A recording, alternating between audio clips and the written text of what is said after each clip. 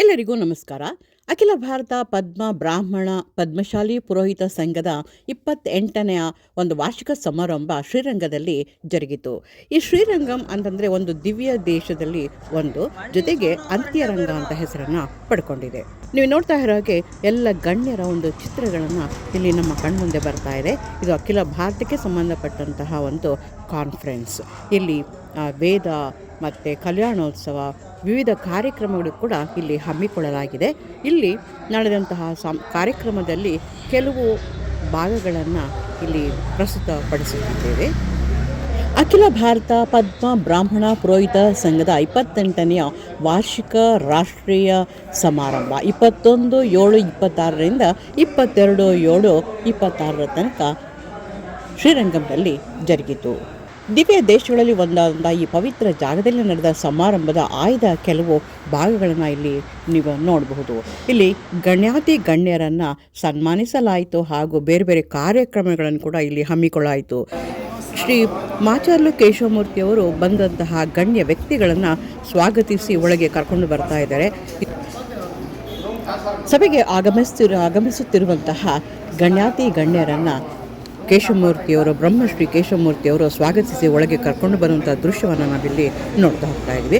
ಗಣ್ಯರು ಆ ಸಮಾರಂಭಕ್ಕೆ ಬಂದು ಬರ್ತಾ ಇದ್ದಾರೆ. ಅತ್ಯಂತ ವಿಜೃಂಭಣೆಯಿಂದ ನಡೆಯುತ್ತಿರುವಂತಹ ಒಂದು 28ನೆಯ ವಾರ್ಷಿಕ ಸಮಾರಂಭದ ಒಂದು ಪ್ರಾರಂಭೋತ್ಸವದಲ್ಲಿ ನಡೀತಾ ಇದೆ. ಇಲ್ಲಿ ಮಾತೆ ಮುಗ್ಧಾಂಬಿಕಾ ದೇವಿಯವರು ಕೂಡ ಬರ್ತಾ ಇರೋದನ್ನು ನಾವು ನೋಡಬಹುದು.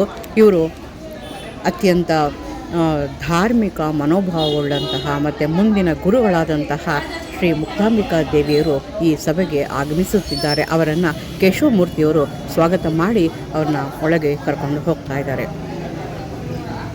ಮುಂದೆ ಒಂದು ಕಾರ್ಯಕ್ರಮದಲ್ಲಿ ಪದ್ಮ ಬ್ರಾಹ್ಮಣರ ದೇವತೆಯಾದ ಕುಲಪುತ್ರಿಯಾದಂತಹ ಪದ್ಮಾವತಿ ದೇವಿಗೆ ಸಹಸ್ರ ಕಮಲಗಳಿಂದ ಪುಷ್ಪಾರ್ಚನೆಯನ್ನು ಮಾಡಲಾಗುತ್ತಿದೆ.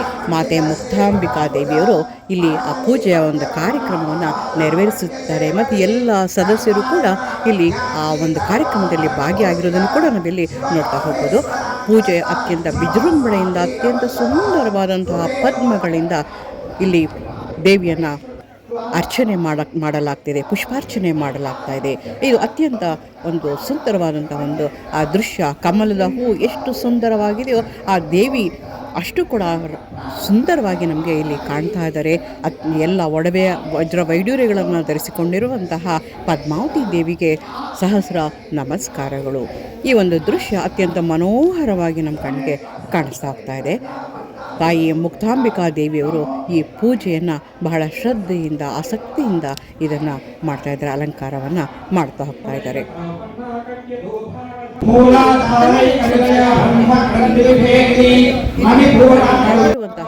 ಸಹಸ್ರಾರು ಮುತ್ತೈದೆಯರನ್ನು ಪ್ರತಿಯೊಬ್ಬ ಜನಗಳನ್ನು ಕೂಡ ನಾವಿಲ್ಲಿ ನೋಡ್ತಾ ಹೋಗ್ಬೋದು. ಪದ್ಮಾವತಿ ದೇವಿಯ ಸುಂದರವಾದಂತಹ ಒಂದು ಮೂರ್ತಿಯನ್ನು ನೋಡ್ತಾ ಹೋಗ್ತೀವಿ.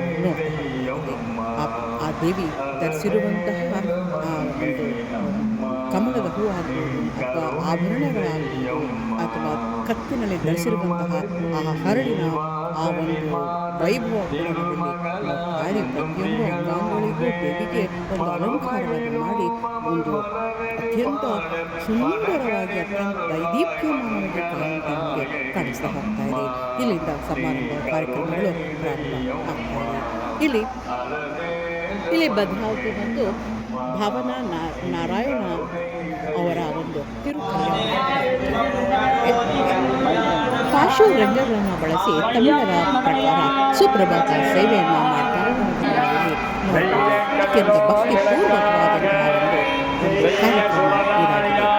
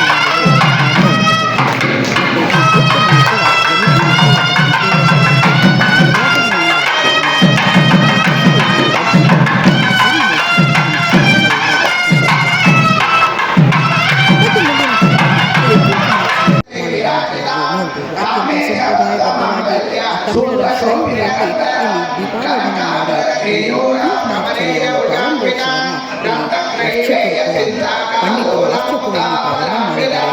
ಸಹಸ್ರಾರು ಮುತ್ತೈದೆಯರು ಇಲ್ಲಿ ಕುಳಿತು ಆ ದೇವತೆಯನ್ನು ಕುಂಕುಮಾರ್ಚನೆಯನ್ನು ಮಾಡ್ತಾ ಇರುವುದನ್ನು ಅದ್ಭುತ ದೃಶ್ಯವನ್ನು ನಾವು ನೋಡ್ತಾ ಹೋಗ್ತಾ ಇದ್ದೀವಿ. ಇವೆಲ್ಲ ಕೂಡ ಪ್ರತಿಯೊಬ್ಬರು ಕೂಡ ಇಲ್ಲಿ ಆ ಒಂದು ದೇವತಾ ಕಾರ್ಯದಲ್ಲಿ ಭಾಗಿಯಾಗಿರುವುದನ್ನು ನೋಡ್ತಾ ಹೋಗ್ತಾ ಇದ್ದೀವಿ. ಆ ಜೊತೆಗೆ ಎಷ್ಟು ಜನಗಳು ಕೂಡ ಇಲ್ಲಿ ಭಾಗಿಯಾಗಿದ್ದಾರೆ ಅನ್ನೋದು ಕೂಡ ಅತ್ಯಂತ ಸಂತೋಷಕರವಾದಂತಹ ಒಂದು ವಿಷಯ. ಎಲ್ಲ ದೇವತೆಗಳಿಗೆ ಅಂದರೆ ಶ್ರೀ ಮಹಾಲಕ್ಷ್ಮಿ, ಭದ್ರಲಕ್ಷ್ಮಿ ಆಗ್ಬೋದು, ಪದ್ಮಾವತಿ ದೇವಿ ಆಗ್ಬೋದು, ಅಥವಾ ರಂಗನಾಯಕಿ ದೇವಿ ಆಗ್ಬೋದು, ಇಂತಹ ಎಲ್ಲ ದೇವತೆಗಳಿಗೂ ಕೂಡ ಭಕ್ತಿಪೂರ್ವಕವಾಗಿ ಕುಂಕುಮಾರ್ಚನೆಯನ್ನು ಮಾಡ್ತಾ ಇದ್ದಾರೆ. ಇಲ್ಲಿ ಪುರೋಹಿತ ವರ್ಗದವರು ಆ ದೇವರಿಗೆ ವಿಶೇಷವಾದಂತಹ ನಮಸ್ಕಾರಗಳನ್ನು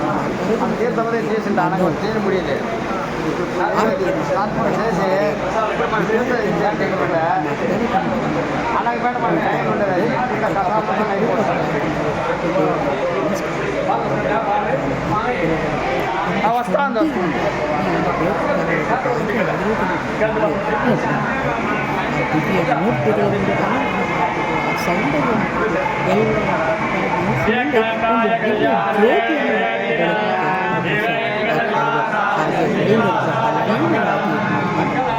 ಪದ್ಮಾವತಿ ಪದ್ಮಶಾಲಿಯವರ ಕುಲದೇವತೆ ಪುತ್ರಿಯಾಗಿ ಇಲ್ಲಿ ನೆಲೆಸಿದ್ದಾರೆ. ಆ ದೇವತೆಗೂ ಕೂಡ ಉತ್ತಮ ರೀತಿಯಲ್ಲಿ ಇಲ್ಲಿ ನಾವು ಮಾಡಬಹುದು.